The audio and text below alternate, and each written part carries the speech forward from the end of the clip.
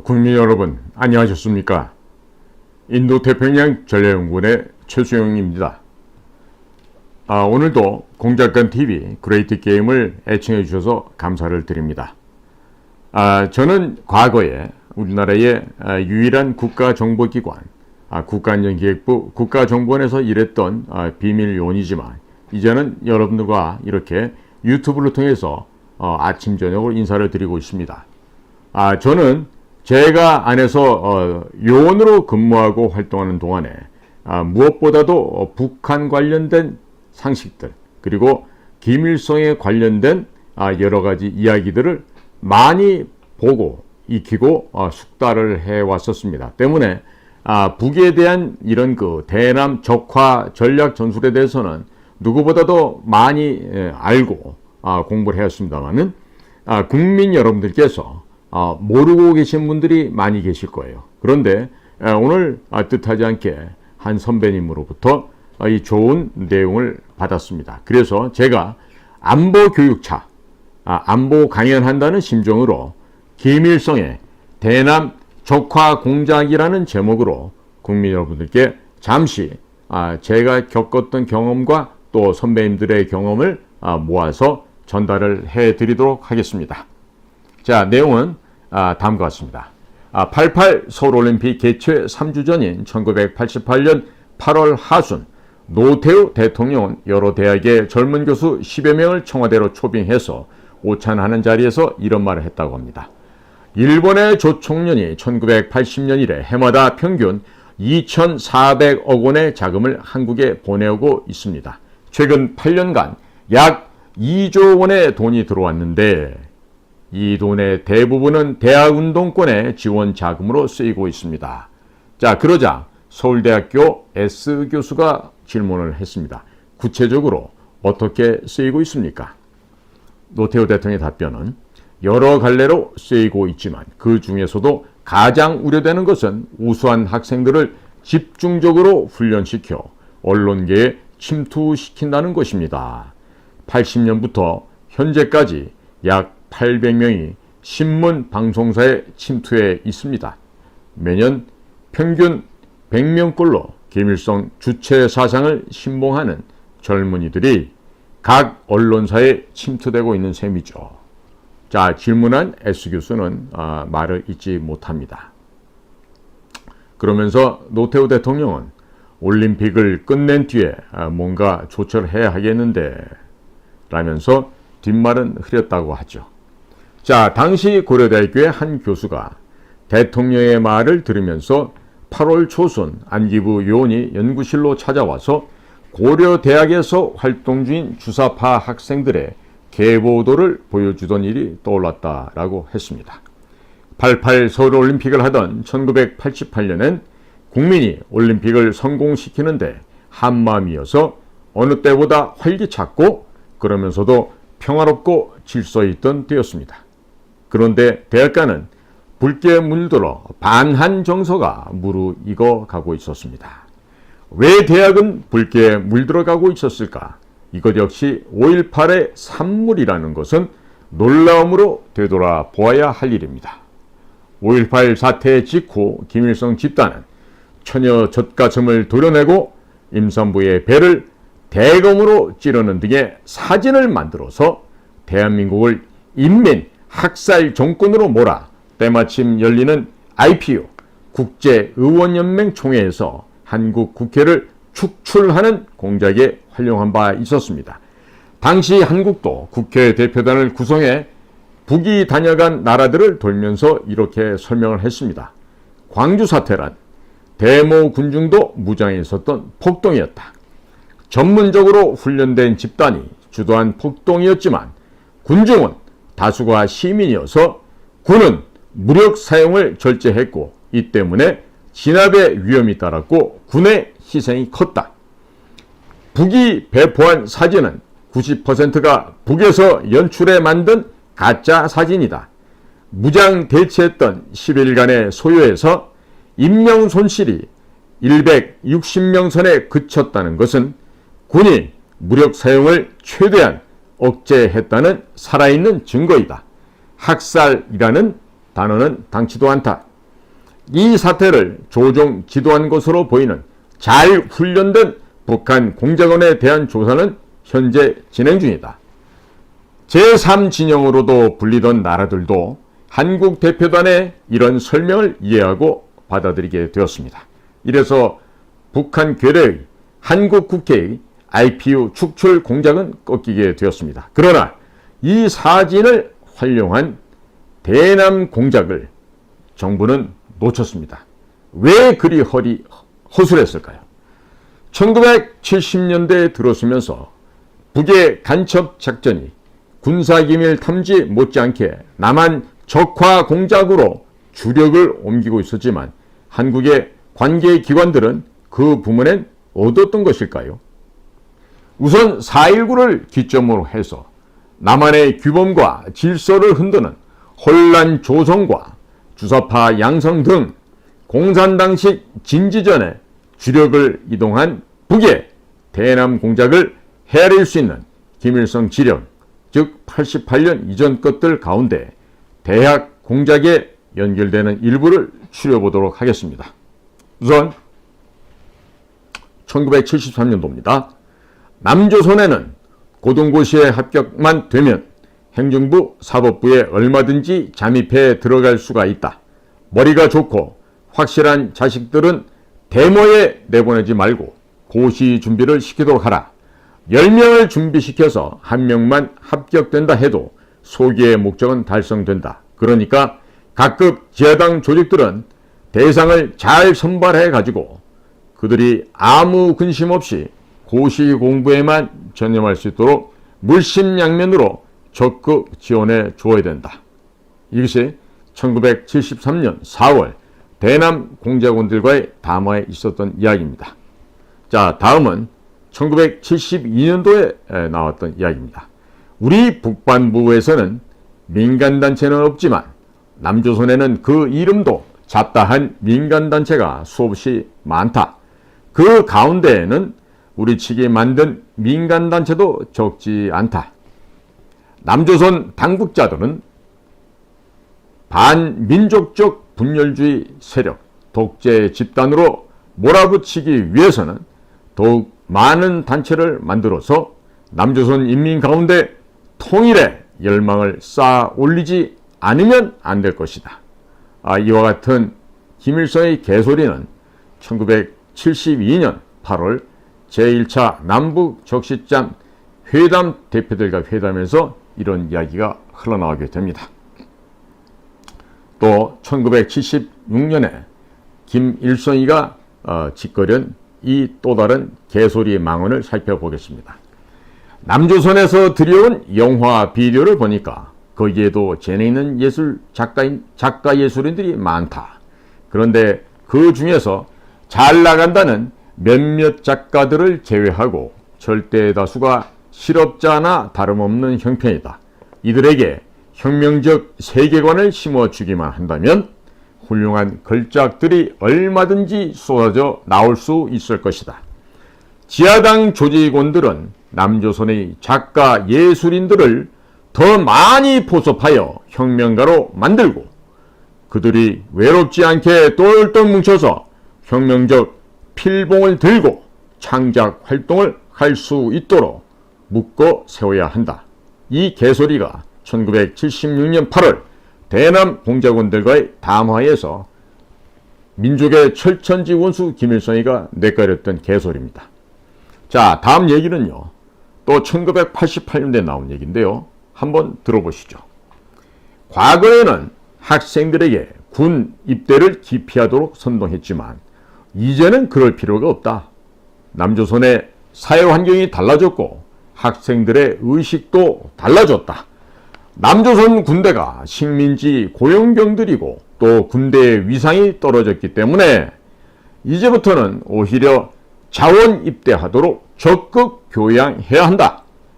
대국군 공작을 보다 성공적으로 벌여나가기 위해서는 학생운동에서 검열되고 단열된 핵심들을 일단 입대시켜서 그들로 하여금 동료 사병들을 의식화하고 포섭하도록 해서 군대 내에 조직을 부단히 확대시켜 나가야 된다. 자, 이런 김일성의 개소리는 1988년 8월 대남 공작원대과의 담화에서 나오게 됩니다. 이처럼 김일성 훈령은 1973년 고시준비생 포섭에서 1988년엔 대학생을 군에 입대케 하여 동료 병사를 의식화하는 데 활용하라는 이점까지 진전되어 있다는 것이죠. 김일성에게 충성을 서약한 주사파 학생들이 대학생 대부분의 의식화에 성공했다는 보고를 사실로 받아들인 김일성의 훈령입니다. 김일성이 남한 대학에 대한 진단은 착오가 아니라 하겠습니다. 88년 무렵 남한의 대학은 주사파가 장악하고 있었습니다. 남한의 대학을 붉게 물들인 그 출발은 5.18의 사진이 큰 몫을 담당하였습니다. 북이 제작한 5.18의 사진들, 군인의 학살이라고 할 그런 끔찍한 사진들은 대학 입시 준비하느라 소설 하나도 읽지 못했던 사회성 제로의 대학 신입생들의 대한민국에 대한 사랑과 믿음을 깡그리 앗아가고 그들 가슴에 몸서리칠 정도의 지독한 미움, 조국과 정치, 경제 지도부에 대한 불신과 분노를 심었습니다. 북한 괴뢰의 정치 선동, 남한 주사파의 선동은 남한을 지옥으로 그려내고 있습니다. 대한민국을 깨우고 일궈낸 주류 세력을 독재, 부패, 억압, 착취, 친일, 친미 등 거짓과 모략으로 깎아내리고 가진 자와 못 가진 자 간의 대립과 증오를 키우게 하였습니다.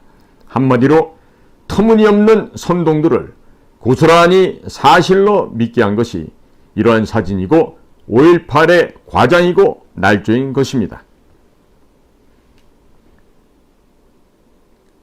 김일성의 충성을 맹세한 주사파가 어린 신입생들을 그 무렵 유행하던 MT, 멤버십 트레이닝이란 이름으로 세뇌하는 것은 이래서 일도 아니게 매우 쉬웠습니다. 자, 노태우 대통령 당시에 이런 대학의 실정을 얼마쯤 알고 있었을까요?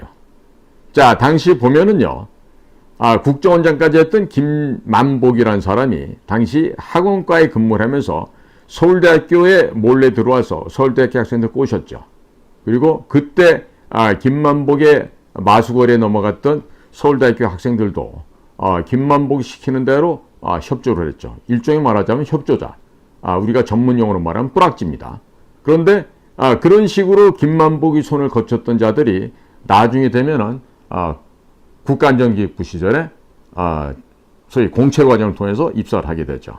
자, 그러니까 이 나라가 과연 당시만 해도요, 이 공산당 빨갱이들의 실상에 대해서 우리가 놓쳐버렸던 게 적지 않았던 것 같습니다. 되돌아보면 놓친 것들이 너무 많이 쌓여 있습니다. 예를 들어서 5.18의 진실을 알리는 보도를 통제했던 것도 큰 실책이죠. 그래서 주사파는 5.18을 마음대로 과장하고 날조를 해서 잔인한 우리 대한민국 군대가 저지른 학살로 몰고 갔고, 또 대부분의 학생들은 이것을 사실로 받아들였습니다. 자, 광주 사태에만 그치지 않았습니다. 대한민국의 지나간 40년에, 그러니까 당시 1988년에서 건국 48년을 빼게 되면 40년 역사가 되죠. 그 대한민국 40년을 억압과 착취로 조작한 역사다, 이렇게 날조를 했던 것이 그 당시의 역사였습니다. 이승만 대통령은 6.25 전란이라는 3년의 처절한 전쟁 기간에도 보도를 검열하거나 통제하지 않았습니다. 전두환 정권이 개헌법에 상관없이 이승만 대통령이 남겨준 이런 전례를 제대로 따랐더라면 그래서 아쉬움이 더 남는다 하겠습니다.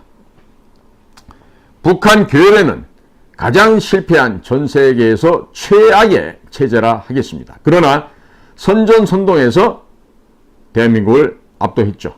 단적으로 지금 전라도 사람들의 하나된 투표는 김정은의 편에 선 선택이다. 이렇게 결론을 낼 수가 있습니다. 김정은은 대한민국의 국회, 법원 등 많은 것, 중요한 것들을 실질적으로 통제를 하고 있습니다. 단적으로 박근혜 대통령 탄핵의 진짜 배우는 북쪽 성향이들, 그 가운데서도 김정은이라는 진단도 있음을 잊지 말아야 할 것입니다. 그들의 지령을 받은 게 누구다? 민노총이다. 그리고 입법부내에서 박근혜 대통령을 탄핵시키는 데 앞장섰던 것들이 당시 한나라당, 지금 현재 국힘당, 권성동, 장제원, 이와 같이 유승민, 그리고 김무성, 이해운, 또 나경원, 이런 자들이 총 62명이나 등 뒤에서 박근혜 대통령의 칼을 꽂았던 그런 자들도 다 이들의 아류라 하겠습니다. 결국 체제에서, 체제 경쟁에서 우열이 결정되는 것은 정치 공작의 성패에 연결되어 있다. 이렇게 얘기를 할 수 있겠습니다. 미국 공화당 원로라고 할 수 있는 전 하원 의장 뉴트 깅그리치라고 하는 분이 있어요. 그분의 한 이야기 중에는 이런 얘기가 있습니다. 미국과 서구의 문명이 중국 공산주의 체제에 의해 압도되고 지배될 수 있는 심각한 위험이 있다. 이렇게 경고를 했는데 공화당의 이 뉴트 깅그리치 의장의 이와 같은 조언을 우리는 잊지 말아야 되겠습니다. 자, 국민 여러분, 1980년도 광주에서 일어났던 일로 해서 당시 이 보도 통제가 됐던 거 사실입니다.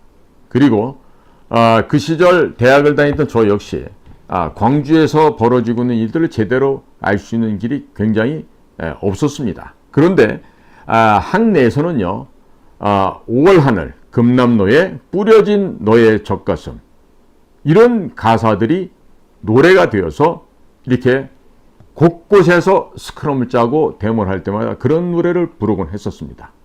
그리고 님을 위한 행진곡도 마찬가지로 그 시절에 불려졌었죠. 자, 그 모든 것들이 지금 제가 나중에 국가안전기획부에 입부를 하고 또 공산당 조직들, 또 대남 공작위원들, 간첩들을 잡기 위한 그런 일들을 하다 보니까 모든 것들이 실마리가 풀리게 되었습니다. 아하, 이래서 그때 그런 노래들이 유행을 했었고, 자, 그때 이런 노래도 있었습니다.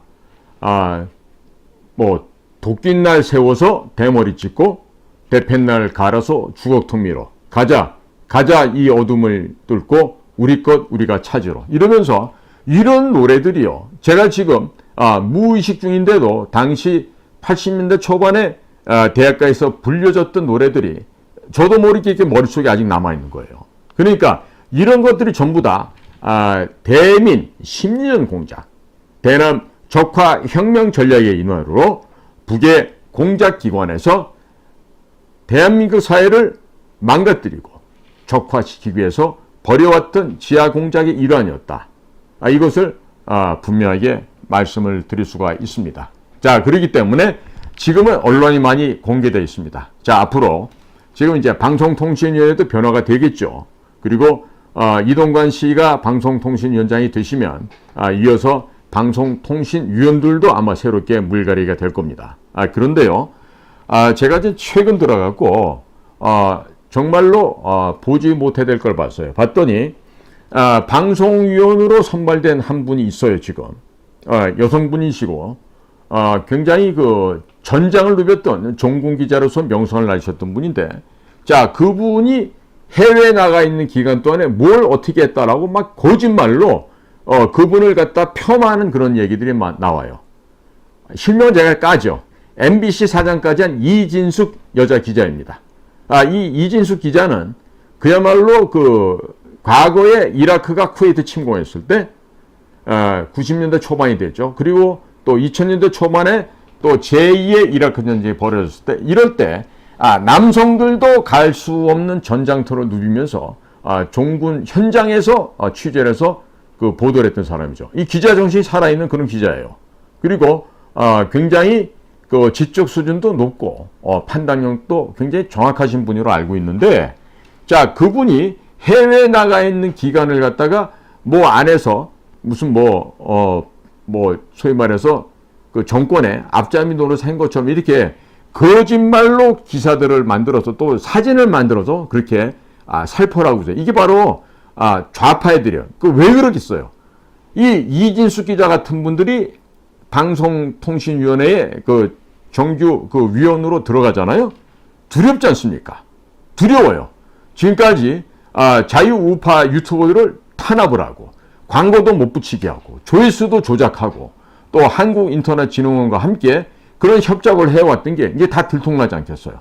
예? 구글 코리아도 마찬가지고 모든 안에서 저질러왔던 좌파 좌익 세력들의 그런 범죄 행각들이 드러나게 되겠죠.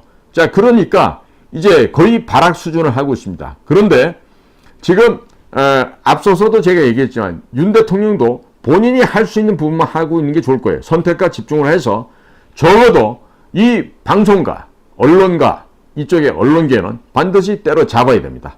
그리고 지금 김일성이가 지령을 내려서 우리 사법부를 장악했다는 게 나오고 있죠.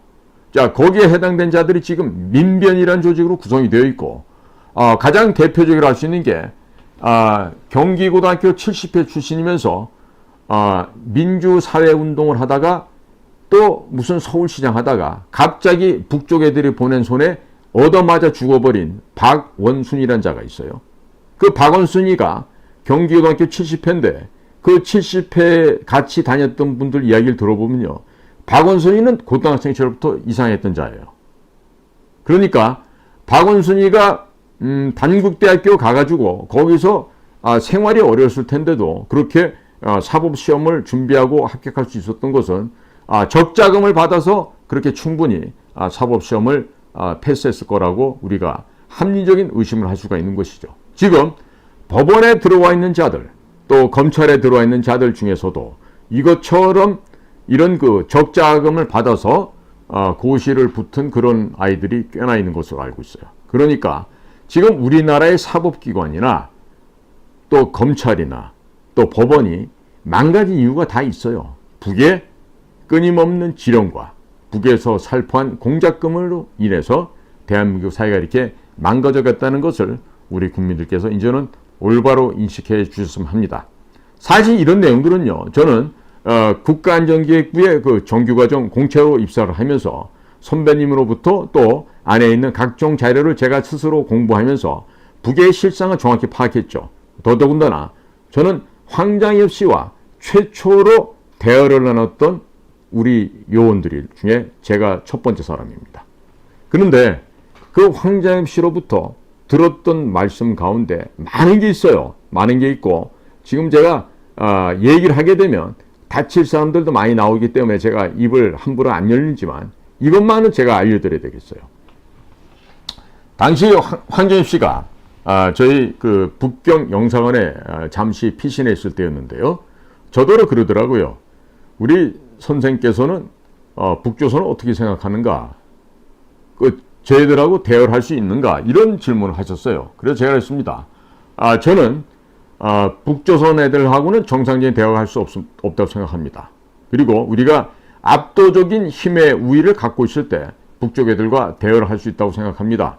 이렇게 말씀을 제가 답으로 드렸더니만 야, 어떻게 이렇게 정확하게 잘 알고 있습니까? 이런 얘기를 황장엽 선생님께서 하시면서 정확한 얘기입니다. 그러시면서 다시 한번 강조하는데 북조선 애들은 겁이 많습니다. 특히나 김일성이, 김정일이 모든 자들이 겁이 많습니다. 그러니까 절대적인 무력을 대한민국에서 갖고 있어야 됩니다. 절대적인 무력. 적들이 그 무력을 보는 순간 겁에 질려서 오줌을 싸고 정말 똥을 지릴 정도로 그런 공포를 심어줄 수 있는 그런 힘이 있어야 됩니다. 그래야만 북쪽 아이들과 정상적인 담화를 나눌 수가 있습니다. 그러면서 저에게 굉장히 높이 평가 칭찬을 하시면서 꼭 우리 선생 같은 분들이 북조선을 해방시켜 주기 바랍니다. 그리고 저도 북조선을 해방시키기 위해서 주체사상을 제일 먼저 개창했던 사람으로 제가 지금 나와서 남조선까지 오게 됐습니다. 이런 얘기를 해주셨던 걸 제가 기억하고 있어요. 자, 그러니까 지금 일각에서 나오는 여러 가지 얘기가 많습니다. 간첩과 관련된 얘기들. 근데 그것은 정말로 일할 수 있는 국정원장이 오시면 제가 직접 한번 만나서 충고를 드리죠. 그런데 지금 같은 상황에서는요, 저 무지랭이들, 일도 안 해본 책상물림들, 그리고 공작 기본 계획서 한번 안 써보고 미국만 왔다가 했던 저런 사람들이 있는 동네 가서는 얘기해봤자 차라리 우리 뒷집에 있는 황구한테 가가지고 족발 뼈다귀 하나 던져주면서 대화를 하는 게 훨씬 낫겠죠. 자, 그래서 오늘 제가 아직도 북의 실상을 잘 모르고 있을 수 있는 그런 우리 국민들, 그리고 우리 젊은 청년들을 위해서 김일성의 대남 적화 공작에 대해서 아주 상세하진 않지만 개략적으로 말씀을 전해 올렸습니다. 오늘도 공작견TV 그레이트 게임을 경청해 주셔서 깊이 감사를 드립니다. 저는 인도태평양 전략연구원의 최소영입니다. 고맙습니다.